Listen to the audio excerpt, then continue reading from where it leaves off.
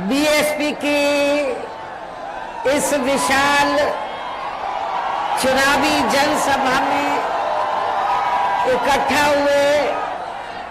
Party के सभी छोटे बड़े पदाधिकारी एवं कार्यकर्तागण, आज आप लोग देश में व यहाँ आपके उत्तर प्रदेश स्टेट में भी लोकसभा के लिए हो रहे आम चुनाव में अपनी पार्टी के उम्मीदवारों के समर्थन में अर्थात आजमगढ़ मंडल से आजमगढ़ सदर लोकसभा की सीट से श्री मशहूर सबिया अंसारी,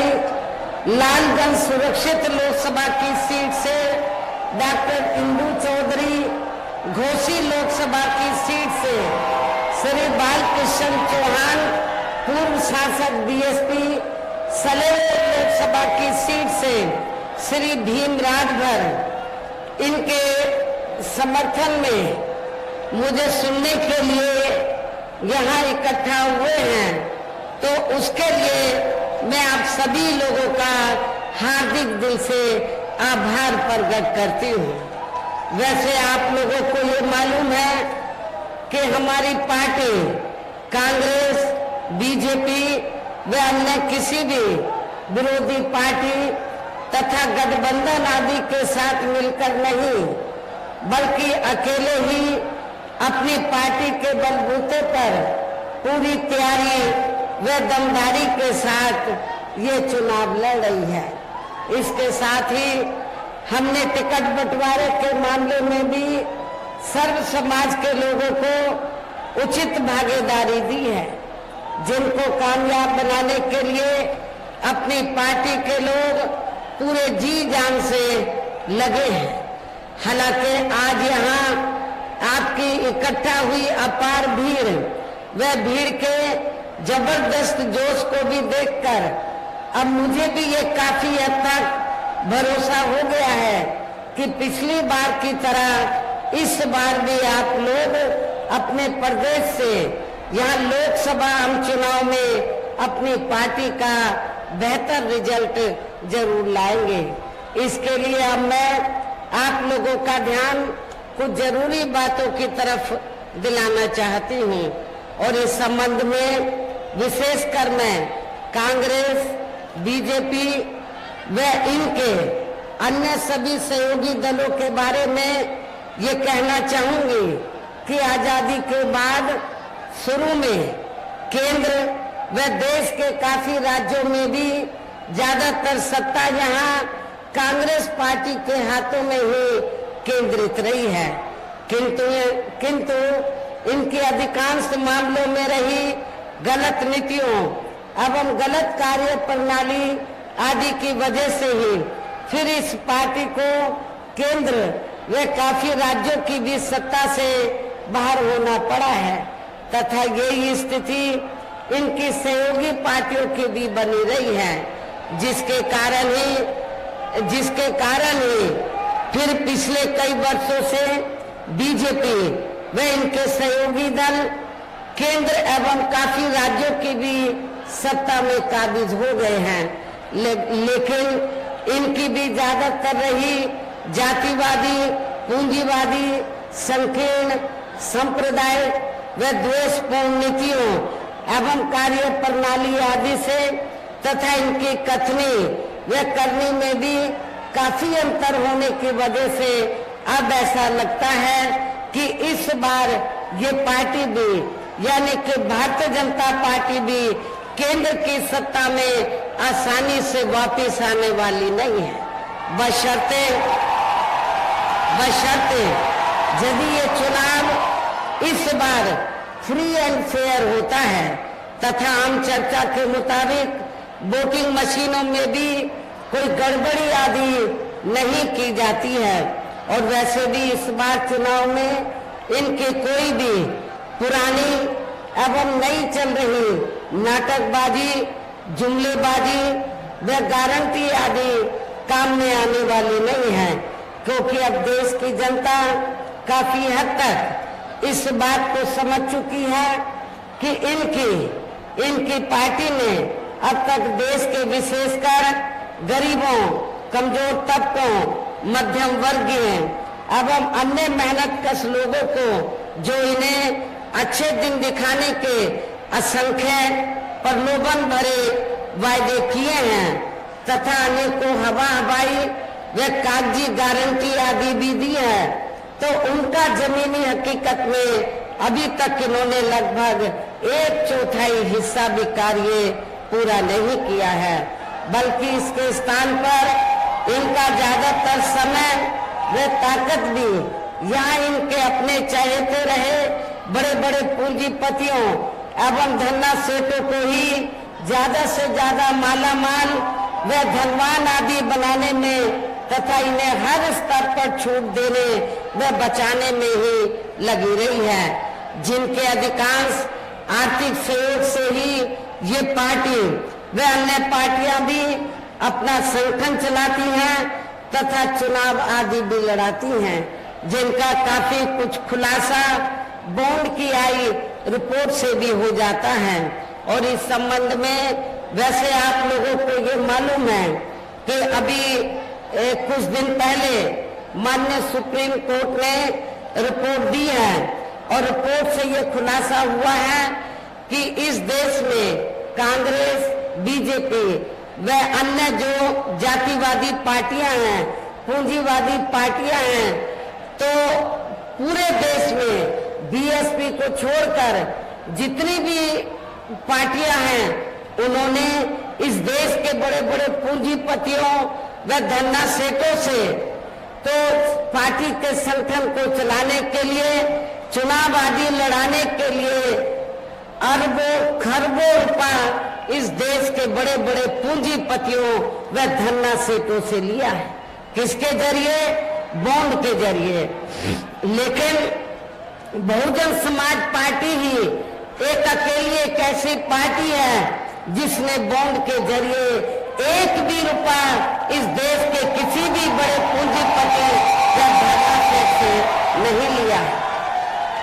इससे साफ जाहिर होता है कि हमारी पार्टी दूसरी पार्टियों की तरह बड़े बड़े पूंजीपतियों व धन्ना सेठों की आर्थिक मदद लेकर ना तो अपना संगठन चलाती है न चुनाव आदि लड़ाती है, बल्कि हमारी पार्टी बीएसपी के मेंबरशिप के जरिए वे मेरे जन्मदिन के मौके पर थोड़ा थोड़ा धन इकट्ठा करके चुनाव के दौरान भी अपनी पार्टी के लोगों से थोड़ा थोड़ा आर्थिक सहयोग लेकर हमारी पार्टी के संगठन को चलाती है और चुनाव आदि भी लड़ाती है। इससे ये स्पष्ट है। इसके साथ ही अब ऐसा लगता है कि कांग्रेस पार्टी की तरह ही बीजेपी ने भी केंद्र की तमाम सरकारी जांच एजेंसियों का ज्यादातर राजनीतिकरण कर दिया है। इसके अलावा देश के किसान वर्ग भी वर्तमान बीजेपी की सरकार में शुरू से ही अपनी विभिन्न समस्याओं को लेकर काफी ज्यादा दुखी व परेशान रहे हैं और अभी भी हैं, जबकि यूपी में 4 बार हमारी पार्टी की रही सरकार ने इनके हितों का भी हर स्तर पर विशेष ध्यान रखा है और हमारी पार्टी के नेतृत्व में बनी सरकार ने अपनी चारों हुकूमतों के दौरान हमने उत्तर प्रदेश में किसानों को खेती करने के लिए सस्ते साधन उपलब्ध कराए और इतना ही नहीं, उनकी फसल का भी हमारी पार्टी की सरकार ने समय से उचित दाम दिया है। इतना ही नहीं, बल्कि केंद्र में पूर्व की रही कांग्रेसी सरकार की तरह ही वर्तमान भाजपा सरकार में भी इनकी जातिवादी, हीन, सांप्रदायिक एवं पूंजीवादी सोच व नीतियों के चलते ही पूरे देश में सर्व समाज में से खासकर गरीबों, दलितों, आदिवासियों, पिछड़े वर्गों, मुस्लिम एवं अन्य धार्मिक अल्पसंख्यक समाज के लोगों का भी पूर्ण रूप से विकास व उत्थान आदि नहीं हो सका है। और इस संदर्भ में वैसे आप लोगों को ये मालूम है कि पूरे देश में यहाँ दलितों, आदिवासियों एवं अन्य पिछड़े वर्गों का सरकारी नौकरियों में वर्षों से अधूरा पड़ा आरक्षण का कोटा भी अभी तक पूरा नहीं भरा गया है। विशेषकर SC व ST वर्गों के सरकारी कर्मचारियों का पदोन्नति में आरक्षण भी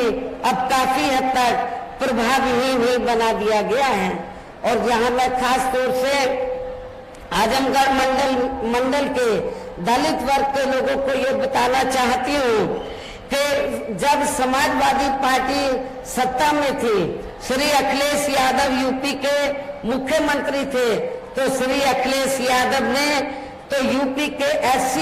व ST वर्गों के सरकारी कर्मचारियों का पदोन्नति में आरक्षण बिल्कुल समाप्त कर दिया था, खत्म कर दिया था। तो मैं आजमगढ़ के दलित वर्ग के लोगों से, कर्मचारियों से ये पूछना चाहती हूँ, क्या आप लोग ऐसी पार्टी को वोट देंगे? मैं समझती हूँ बिल्कुल भी नहीं देंगे। ऐसी पार्टी को आप कतई भी माफ नहीं करेंगे। साथ ही केंद्र व राज्यों में भी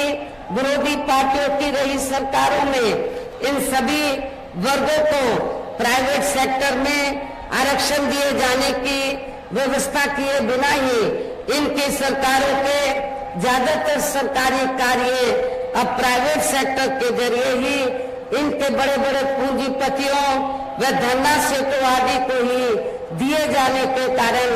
अब इनको पूरे देश में आरक्षण का बहुत कम ही लाभ मिल पा रहा है। इसी प्रकार इनका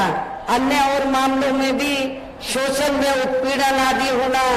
अभी तक भी बंद नहीं हुआ है। इनके साथ साथ मुस्लिम व अन्य धार्मिक अल्पसंख्यक समाज के लोगों की भी हालत हर स्तर पर यहाँ काफी ज्यादा खराब व दयनीय बनी हुई है, जिसका काफी कुछ खुलासा सच्चर कमेटी की रिपोर्ट में भी किया गया है। इतना ही नहीं बल्कि पिछले कुछ वर्षों से केंद्र व अधिकांश राज्यों में भी बीजेपी व RSS की सरकारों के चलते हुए अब इनका विकास एवं उत्थान आदि होना भी काफी हद तक बंद सा ही हो गया है। आए दिन इन पर खासकर हिंदुत्व की आड़ में हो रही जुल्म जाति भी यह काफी ज्यादा चरम सीमा पर पहुंच चुकी है। इनके साथ साथ अपर कास्ट समाज में से विशेषकर गरीब लोगों की भी हालत हमें कोई खास अच्छी नजर नहीं आती है। इनकी गलत कृषि नीतियों के कारण किसान वर्ग भी आए दिन आंदोलित ही रहता है। साथ ही इनकी गलत आर्थिक नीतियों की वजह से देश की अर्थव्यवस्था पर भी इसका काफी बुरा प्रभाव पड़ रहा है, जिससे यहाँ विशेषकर छोटे एवं मध्यम वर्ग के व्यापारी वर्ग भी काफी ज्यादा दुखी व परेशान हैं। और अब केंद्र में पूर्व की रही सरकारों की तरह ही वर्तमान भाजपा सरकार में भी यहाँ पूरे देश में गरीबी, बेरोजगारी एवं महंगाई आदि भी लगातार काफी ज्यादा बढ़ रही है। देश में हर स्तर पर फैला भ्रष्टाचार भी अभी तक खत्म नहीं हुआ है। ऐसे में अब आप लोगों को देश में हो रहे लोकसभा चुनाव में कांग्रेस, बीजेपी व इनकी सहयोगी पार्टियों को भी केंद्र की सत्ता में आने से जरूर रोकना है, जिनके गलत नीतियों व गलत कार्य प्रणाली आदि को